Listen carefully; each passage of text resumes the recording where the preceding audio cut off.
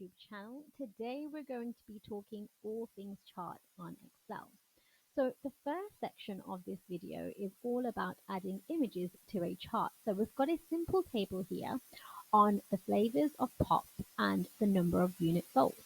And we are going to get these images here onto the bar chart. So the first thing to do is highlight the table that we've got here, and we want to get a bar graph or bar chart onto the page. So for that, we're going to go to Insert, and we're going to select a simple bar chart.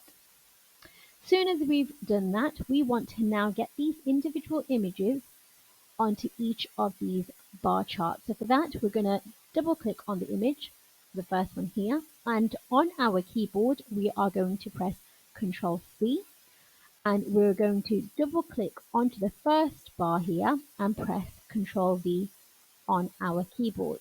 And it's the same process for the rest of the bars. So Control C on the orange soda here, double click onto the actual bar and make sure it's only selecting that bar and press Control V.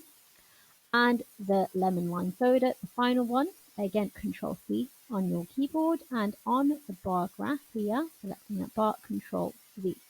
And there you have it. And just to make sure that it's working nicely for you, let's try and change the first unit sold for Fizzy Cola to 5,000. And you will see that's nicely represented onto the image over here onto the bar chart.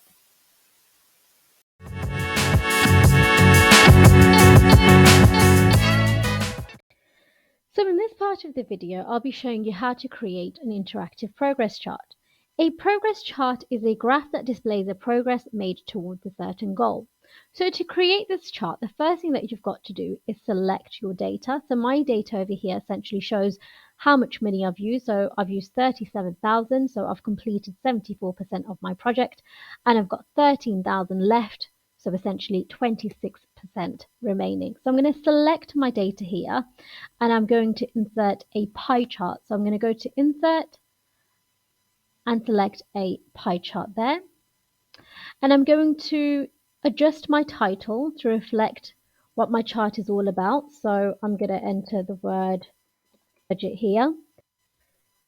Second thing I'm going to do is I'm going to format the colors of my pie chart here. So I'm going to select the blue cell here, and I'm going to shade that into a green color to reflect that that's completed. And I'm going to select the orange color, and I'm going to change that into a gray to show that's what I've got remaining. And now I'm going to insert a percentage text box. So for that, I'm going to go to Insert. I'm going to select a text box and place that into the center of my pie chart there.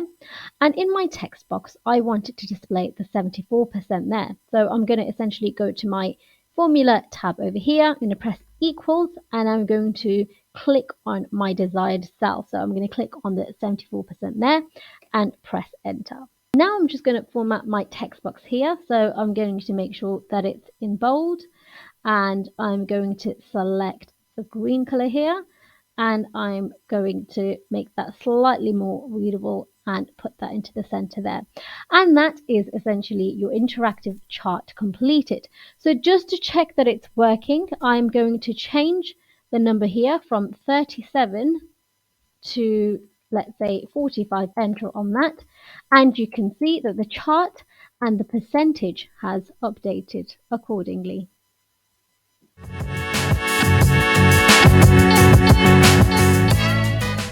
So in this final section of this video, I'll be showing you how to create an in-cell bar chart using the rect function. The rect function is used to repeat text or a character a given number of times. So we have this table here, which essentially shows us the amount of account executives by name and the number of closed deals by each. Instead of manually creating an in-cell bar chart by entering a sequence such as so, it is a better practice to use the rect formula. So click on the first cell here and enter this formula. Equals rect, which essentially means repeat, speech marks, and enter the character that you want to repeat, and then close speech marks, comma, and then simply select the cell which shows the number of times to repeat the pattern. So in our case, cell B2, close bracket, and enter. Simply click at the end of this cell to populate the function for the rest of the columns, as so. And now to create the in-cell bar chart, highlight all those columns and as the font, enter the word stencil. And there you have it, your in-cell bar chart. Quick, simple, and easy. And just to make sure that it's working all nicely for you, I'm going to change that number 3 to, let's say, a 40. Press enter, and you will see the in-cell bar chart will reflect that accordingly.